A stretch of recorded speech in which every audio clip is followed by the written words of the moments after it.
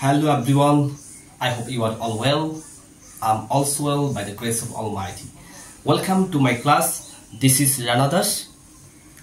আমি গত ক্লাসে as since when নিয়ে আলোচনা করেছিলাম রুল 1। আজকে আলোচনা করব as since when রুল 2।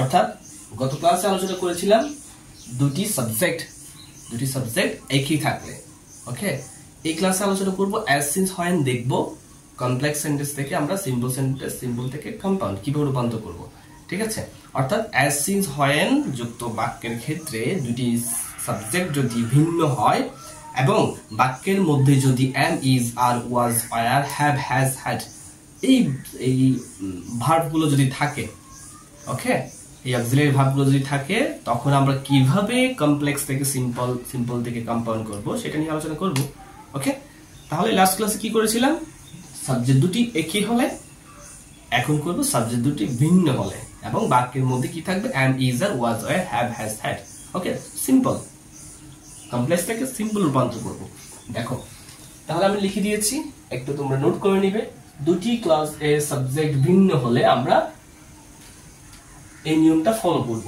এবং বাক্যের মাঝে কি থাকবে am is are was were have has had এগুলো থাকবে তাহলে এই সিম্পল এই যে as since when এই বাক্যটা থেকে আমরা কিভাবে সিম্পল করব এই দেখো as since when উঠে যাবে সাবজেক্ট প্লাস being বসবে being কখন বসবে যখন am is are was were থাকবে তখন being বসবে being যখন have has had থাকবে তখন বসবে having ওকে তারপর কি বসবে বাকি অংশ যা আছে এটসেট্রা যা আছে তা বসবে তারপর কমা এরপর মেইন ক্লজ অর্থাৎ ইন্ডিপেন্ডেন্ট ক্লজটি পরে যে ক্লজটি থাকবে সেটি বসবে তাহলে আমি আশা করি বুঝতে পেরেছি যেটা হচ্ছে as since when যুক্ত বাক্যের ক্ষেত্রে যখন আমরা দুইটি সাবজেক্ট ভিন্ন দেখব তখন আমরা এই নিয়মটা ফলো করব আমরা एग्जांपल দিলে বুঝতে পারবো এবার কম্পাউন্ড ক্ষেত্রে কি করব কম্পাউন্ডের ক্ষেত্রে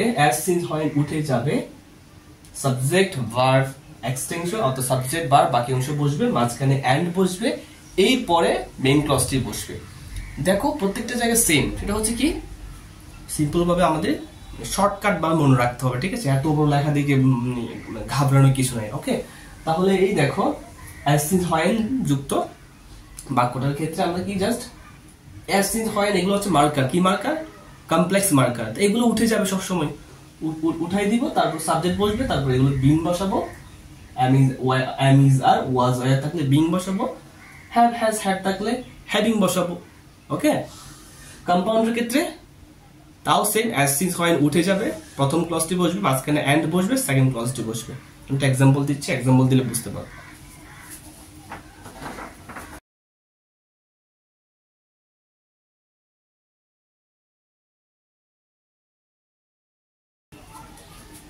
কি লিখেছি as the day is rough we cannot go to the market okay go to market যেহেতু দিনটি হচ্ছে একটু কি মানে উষ্ণ বা খারাপ তা আবহাওয়াটা অন্যরকম বা গরমও বলতে পারি মানে আমার কাছে যেটা সুইটেবল না দিনটা এমন সেজন্য আমি কি করতে পারছি না মার্কেটে যেতে পারছি না তাহলে এটা যে কমপ্লেক্স সেন্টেন্স সেটা তো বলতে হবে না ওকে প্রশ্নে যদি দেওয়া থাকে এই সেন্টেন্সটা এটা বলবে না যেটা কি কমপ্লেক্স সেন্টেন্স কিনা এটা বলবে না আর কি ব্র্যাকেটে লিখে দিবে কি ওরা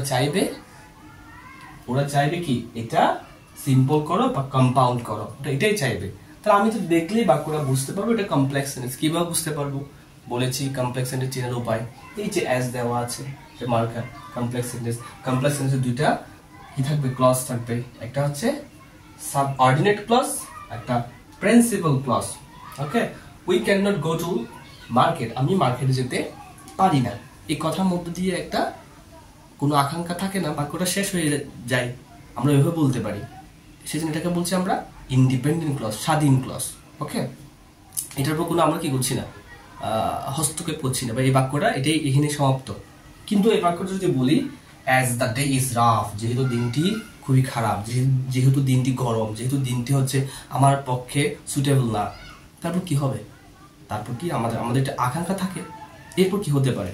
ওকে, তাহলে এটা হচ্ছে, এই জন্য আমরা কি বলছি, এটা হচ্ছে একটা কমপ্লেক্স সেন্টেন্স।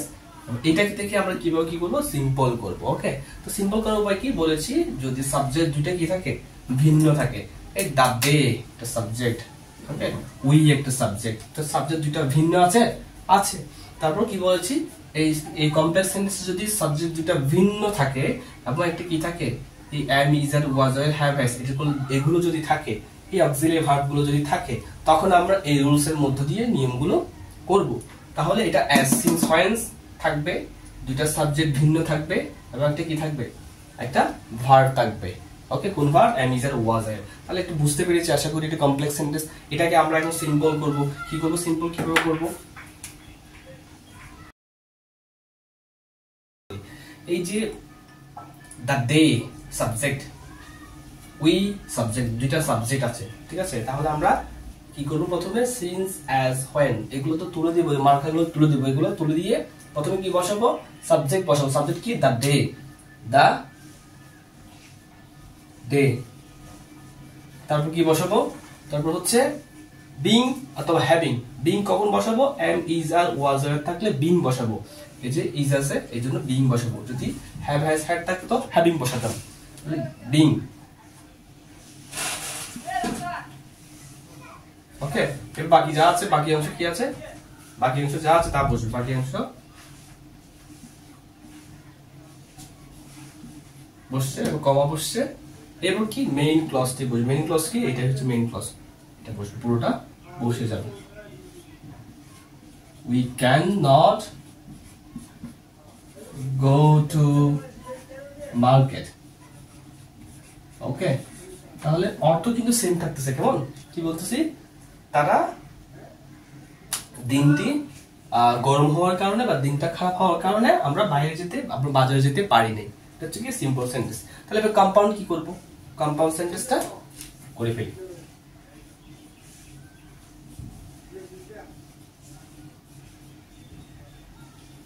ওকে, কম্পাউন্ড সেন্টেন্স কি বলেছে, তাও সেম, অর্থাৎ আমরা অ্যাজ থাকুক, সিন্স থাকুক, হোয়েন থাকুক, এগুলো তুলে দিব। অ্যাজ সিন্স হোয়েন উঠে যাবে, ঠিক আছে। উঠে যাওয়ার পর প্রথম ক্লজ কি, প্রথম ক্লজে কি আছে, সাবজেক্ট আছে, সাবজেক্ট যা আছে, সাবজেক্ট ভার্ব এগুলো বসাই দেব। The day is rough. Okay, the day is rough.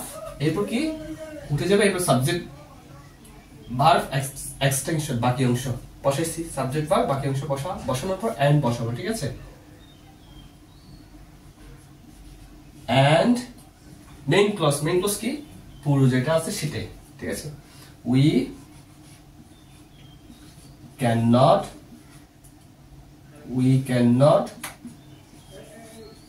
go to market। দেখো বিষয়টা হচ্ছে আগের সেন্টেন্স, অর্থাৎ আমরা আগের রুলস যেটা করেছি সেটা হচ্ছে কি, সাবজেক্ট দুইটা একই হলে, সাবজেক্ট দুইটা যেহেতু একই, তাহলে আমরা প্রথম ক্লজে যে সাবজেক্টটা দিব, পরের ক্লজে সেই সাবজেক্টটা থাকবে না। এটা মনে রাখলে হচ্ছে কি, কম্পাউন্ড সেন্টেন্সে সাবজেক্ট দুইটা যদি একই থাকে, তাহলে পরের ক্লজে ওই সাবজেক্টটা আমরা কি করব, বসাবো না, ভার্বটাও বসাবো না, ভার্ব যদি একই থাকে। এখানে কিন্তু সাবজেক্ট ভিন্ন। ওকে, এখানে সাবজেক্ট দুইটা ভিন্ন। তাহলে আমরা প্রথমে কি বসালাম, প্রথম ক্লজটা বসালাম, তারপর হচ্ছে এন্ড বসালাম, তারপর হচ্ছে আবার সাবজেক্ট বসালাম, বাকি অংশ বসালাম। ওকে, তাহলে মনে রাখার কৌশল কি, মনে রাখার সিম্পল বিষয়, সাবজেক্ট দুইটা যদি একই থাকে তাহলে আমরা ওই রুলসে করব। কোন রুলসে, ভার্ব প্লাস আইএনজি দিয়ে শুরু করব। ওকে, আর সাবজেক্ট দুইটা যদি একই না থাকে এবং am is আর was R have has had এগুলো যদি থাকে, তাহলে আমরা শুরু করব কি দিয়ে, শর্টকাট, আমরা শুরু করব এই যে সাবজেক্ট দিয়ে শুরু করব, এরপর বিং বসাবো, am is আর was এর পরিবর্তে বিং বসাবো, have has had এর পরিবর্তে having বসাবো, ঠিক আছে। শর্টকাট মানে হচ্ছে কি, এই subject plus being, subject plus being অথবা হ্যাভিং, ঠিক আছে। এটা হচ্ছে শর্টকাট, এটা মনে রাখবো। এবার বাকি অংশ, আর কম্পাউন্ডের ক্ষেত্রে কি, কম্পাউন্ডের ক্ষেত্রে শুধু এন্ড বসাবো, কম্পাউন্ডের ক্ষেত্রে শুধু এন্ড বসাবো। এখন আমরা কিন্তু কিভাবে করছি, উপর থেকে নিচে করছি, কমপ্লেক্স থেকে সিম্পল, সিম্পল থেকে কম্পাউন্ড। এখন যদি সিম্পল থেকে কম্পাউন্ড করতে বলে, অত সিম্পল থেকে কমপ্লেক্স করতে বলে, তখন কিভাবে করব আমরা সেগুলো বুঝতে পারবো যদি আমরা সোজাটা অর্থাৎ সিম্পলটা যদি করি, মানে এই যে এইভাবে যদি করি আমরা উপর থেকে নিচ পর্যায়ে যদি করি তাহলে আমরা দেখলে চিনতে পারবো। দেখো এই যে দ্য ডে বিং রাফ এটা দেওয়া আছে সিম্পল, এটাকে বলছে কমপ্লেক্স করার জন্য।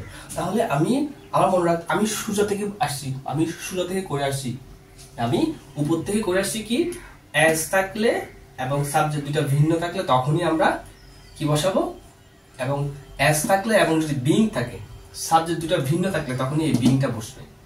তাহলে আমি মনে রাখতে হবে কি এই বিংটা আসছে কেন, এই ইজ থেকে আসছে, ঠিক আছে। তাহলে এই জন্য আমি আগে ধাপে ধাপে করে যাচ্ছি। আমরা আগে প্রত্যেকটা রুলস উপর থেকে নিচ করে গেলে অটো বুঝতে পারবো। প্র্যাকটিস করতে করতে করতে করতে আমরা বুঝে যাবো, ঠিক আছে। You have to practise regularly and more. হ্যাঁ, তাহলে এটা আশা করি বুঝতে পারি। তোমরা এখান থেকে দেখে নোট করে নিবা। আমি এখন তোমাদেরকে কিছু বাড়ির কাজ দিচ্ছি এই রুলসটা প্র্যাকটিস করার জন্য। একটা বাড়ির কাজ দেবো, সেটা আবার আমি নেক্সট ক্লাসে তোমাদের থেকে আশা করবো কমেন্টে আমাকে জানাবা, ওকে।